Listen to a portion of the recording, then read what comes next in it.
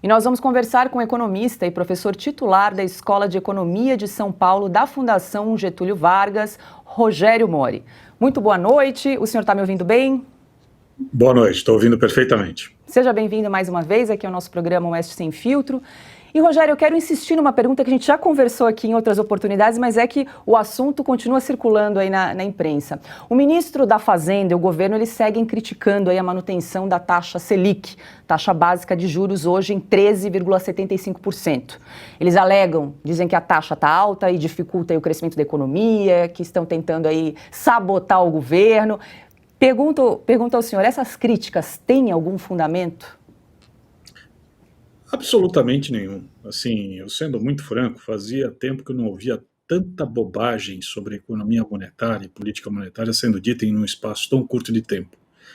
Tá, assim, a taxa de juros ela está perfeitamente calibrada para aquilo que a gente está criando em torno de uma convergência da inflação para baixo, o que uma inflação menor ela favorece os mais pobres.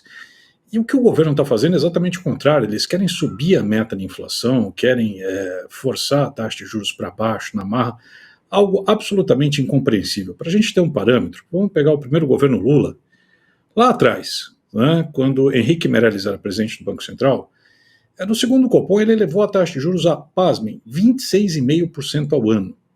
Tá? A taxa de juros caiu abaixo de 14% só no final do primeiro mandato do governo Lula. A taxa de juros real do primeiro mandato do governo Lula ficou acima de 9%. O segundo mandato acima de 6%, Dilma a 3%. E a Dilma foi aquele desastre que trouxe a inflação para cima, que a gente viu que culminou, inclusive, num descontrole da economia brasileira. O atual Banco Central tem sido o mais bem sucedido. Para vocês terem ideia, a taxa de juros real acumulada no governo Bolsonaro foi de menos de 0,5%. Tá, assim, isso com um governo que enfrentou uma pandemia, um choque de preço de commodity internacional que levou à inflação no mundo e está trazendo para baixo. Então essas críticas são absolutamente infundadas, absolutamente sem sentido algum. Quem pergunta agora é Ana Paula Henkel. Muito boa noite, professor. Gostei muito da primeira frase do senhor, que se o senhor, né, como economista, nunca ouviu tanta bobagem assim.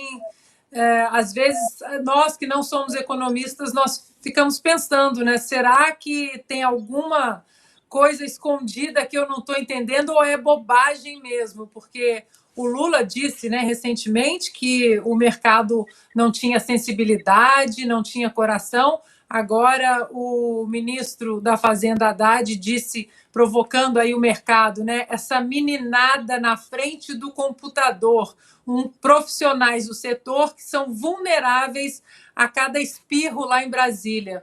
Professor, você acha que onde vai parar essa guerra, acho que publicamente declarada, dessa administração com o mercado financeiro? Eu acho que é mais do que com o mercado financeiro. O que eu vejo, né, na verdade, é uma narrativa de um governo que ele vem progressivamente destruindo os marcos institucionais de uma política econômica de estabilidade. Né? Nós vimos lá de trás, já após a eleição, com a aprovação da PEC, né, uma destruição do marco fiscal, um marco importantíssimo que foi o nosso avanço, que foi o teto de gastos, que vai ser substituído por um marco que qualquer que seja, ele vai permitir aí que você tenha um aumento de carga tributária, um aumento de endividamento, quer dizer, um retrocesso na nossa economia. E agora nós estamos vendo aí todo um discurso, toda uma frente no sentido de destruir um outro marco de algo que já é consolidado há mais de 20 anos na economia brasileira, que é o regime de metas de inflação, que é um sucesso, é algo que qualquer economia moderna, seja Europa, Inglaterra, Canadá, Austrália, Nova Zelândia, todas as economias que fazem uma reforma monetária vão nessa direção exatamente para aquilo que o Brasil já trabalha há mais de 20 anos. E hoje se discute acabar com isso, modificar, reformar, sabe-se lá o quê, acabar com a independência do Banco Central, que foi um grande ganho que nós tivemos aí há alguns anos, e que hoje está sob ataque, quer dizer, é tudo uma construção, né, hoje que é feita, para aquele que é leigo, acha 13,75 é elevado, atacar os juros, os rentistas, quer dizer, todo esse discurso é feito, mas na verdade Isso não tem nada a ver, isso já foi feito no passado. O regime de metas de inflação é algo para tornar a inflação baixa. Se a taxa de juros não está caindo, o problema é que você tem um outro ente da economia que gasta muito, que é o governo, e que se financia e para isso tem que pagar juros altos. Então essa é a razão que nós vivemos, quer dizer, você quer atacar algo que não faz o menor sentido, e que experiências no redor do mundo, como nós vimos na Turquia, Erdogan baixou a taxa de juros na marra e a inflação disparou na Turquia. Quer dizer, é algo que nós podemos ver daqui a algum tempo no Brasil. Nós estamos conversando com o economista Rogério Mori. Quem pergunta agora é Flávio Morgan. Professor, uma honra falar com o senhor. É sempre uma alegria estar aqui.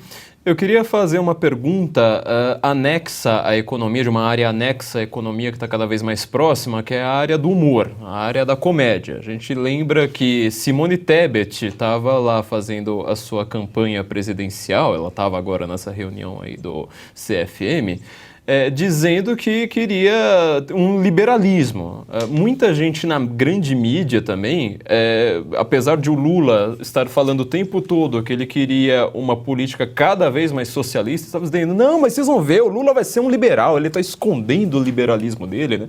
Como se o liberalismo pegasse mal eleitoralmente, ele está escondendo o liberalismo dele, ele vai colocar pessoas excelentes e técnicas, vai ser um governo como era do Palocci, né? Os supostos neoliberais ali do primeiro mandato, para você ter um governo ali com teto de gastos, com tudo bem contido, etc. E a gente está vendo justamente o contrário.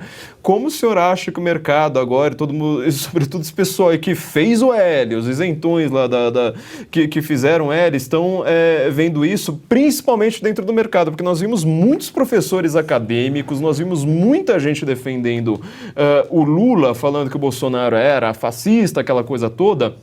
E agora essas pessoas estão também no mercado financeiro e vão ter que pagar também a conta. Eu acho que, na verdade, não é só o mercado, né? A gente fala o mercado como se fosse um ente. Na verdade, eu acho que a comunidade, né, de economistas, aqueles minimamente letrados em economia, que entendem como funciona uma economia, né, a macroeconomia, vem com muita preocupação, né? Quer dizer, uma coisa é o discurso, outra coisa é a prática, né? Nós vimos aí muito discurso lá atrás, né? O Alckmin vai segurar o Lula, ou a Simone Tebet vai ser o contraponto de algo que vai ser irresponsável do ponto de vista fiscal, mas as ações que nós temos visto, elas têm se mostrado na prática muito deletérias em termos de política econômica, quer dizer, a gente vê a coisa deteriorando a olhos vistos. E isso, obviamente, né, não é o mercado em si, é algo que é apressado ou precificado dentro dos ativos financeiros, né? Não só a bolsa, mas o dólar e os juros futuros, que dentro desse contexto, o juros futuro começa a explodir. Quando você sinaliza que vai querer uma inflação mais alta, né, é óbvio que a taxa de juros futura vai subir. O pessoal acha que é só o juros Selic que conta. Não, a taxa de juros no mercado futura, que é o que realmente efetiva e sensibiliza as taxas na ponta do empréstimo, elas começam a subir.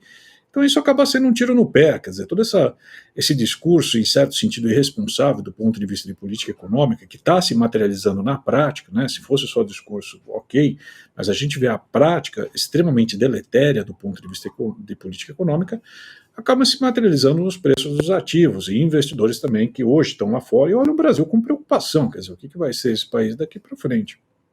Professor, só uma dúvida. Nessa reunião que ocorreu hoje do Conselho Monetário Nacional, seria possível discutir e redefinir a meta de inflação para os próximos 2 anos? Possível né? Assim, tecnicamente, a meta de inflação ela é referendada, né, para 2 anos à frente na reunião de junho, e já propõe-se também a meta mais à frente. Isso ocorre nas reuniões de junho, isso é a tradição, né?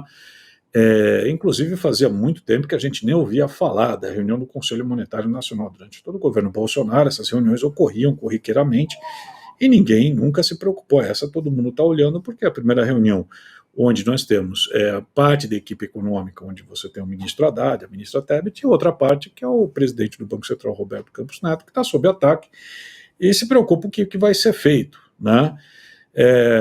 Inclusive ideias estapafúrdias de querer imaginar que é possível subir a meta esse ano. Quer dizer, a meta desse ano, independentemente do que você vai fazer, a inflação já está dada. Quer dizer, você tem defasagens entre mudanças na política monetária e aquilo que ocorre na atividade econômica da inflação, que leva de 6 a 9 meses. Quer dizer, a próxima reunião do Copom é em março, o que for feito vai impactar na inflação só de dezembro, ou do ano que vem. Quer dizer, existe todo um conjunto de canais de transmissão da política monetária que você tem defasagens. Então, querer mudar a meta esse ano é absolutamente ridículo, né? Eu cheguei a ler isso, achei de uma coisa absolutamente tosca.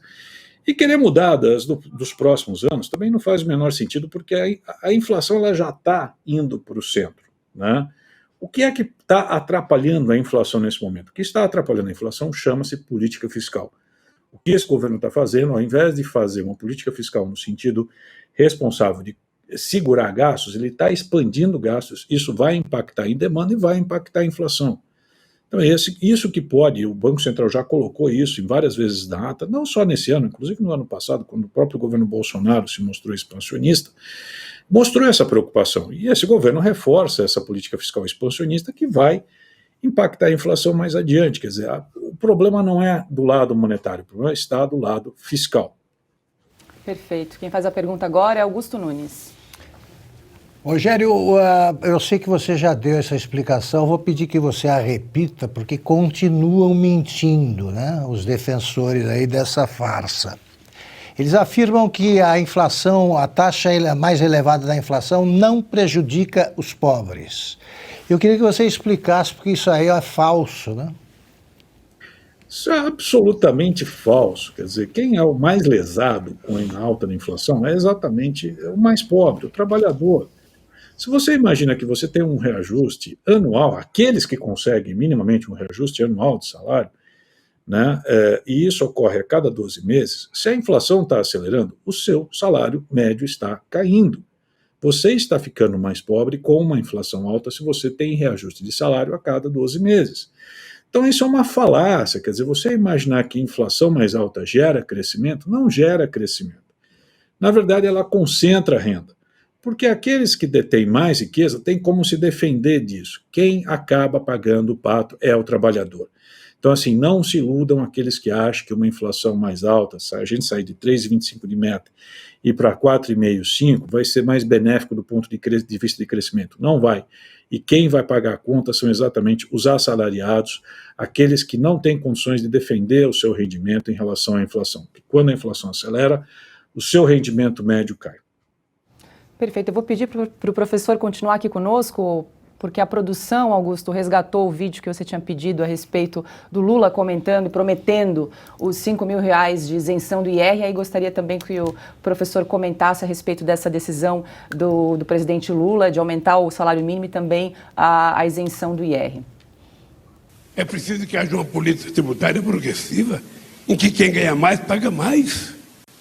Por isso é que nós estamos propondo que até R$5.000 as pessoas não vão pagar e mais imposto de renda serão exonerados. Professor, eu gostaria que o senhor comentasse, a gente acabou de repercutir aqui no programa, que o Lula então garantiu um salário mínimo de R$1.320 e também a isenção passa agora a R$2.640. O senhor mesmo falou sobre expansão de gastos e também estão abrindo mão de arrecadação, né? Ou seja, a conta precisa fechar de alguma forma, né?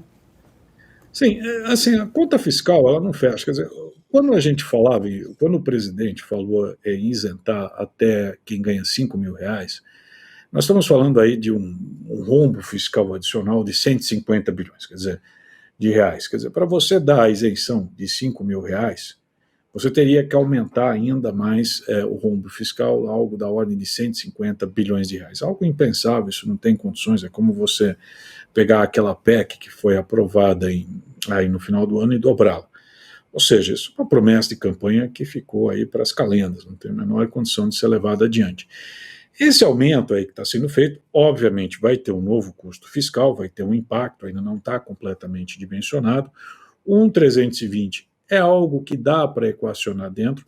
O problema é o seguinte, quer dizer, de onde vai vir tanto dinheiro? Né? Nós já estamos aí projetando um déficit bem significativo esse ano, de mais de 1% do PIB, no resultado primário, isso sem contar a despesa de juros, e com esse novo aumento do salário mínimo, esse novo reajuste da tabela do IR, quer dizer, de onde vai vir tanto dinheiro para fechar essa conta? Essa que é a questão e que, obviamente, onde vai impactar vai ser na dívida pública, que hoje está aí nos 74,5% do PIB, que pode ir facilmente a 79%, 80% do PIB em 1, 2 anos. Não é nada fora do comum, de proporção, o que é muito ruim, né, para a economia brasileira, mas é uma trajetória que a gente pode entrar, quer dizer, você vai piorar a nossa situação fiscal rapidamente se tudo isso for sendo implementado do jeito que está sendo. E é algo que a gente está vendo aí dentro dessa perda, como eu falei, da qualidade da política fiscal brasileira nesse início de governo. E nós conversamos com o economista Rogério Mori. Professor, muito obrigada pelos seus esclarecimentos, pela sua clareza. Com certeza nós vamos recorrer ao senhor mais vezes aí ao longo dos próximos meses. Muito obrigada. Obrigado, boa tarde. Por precisar é só chamar.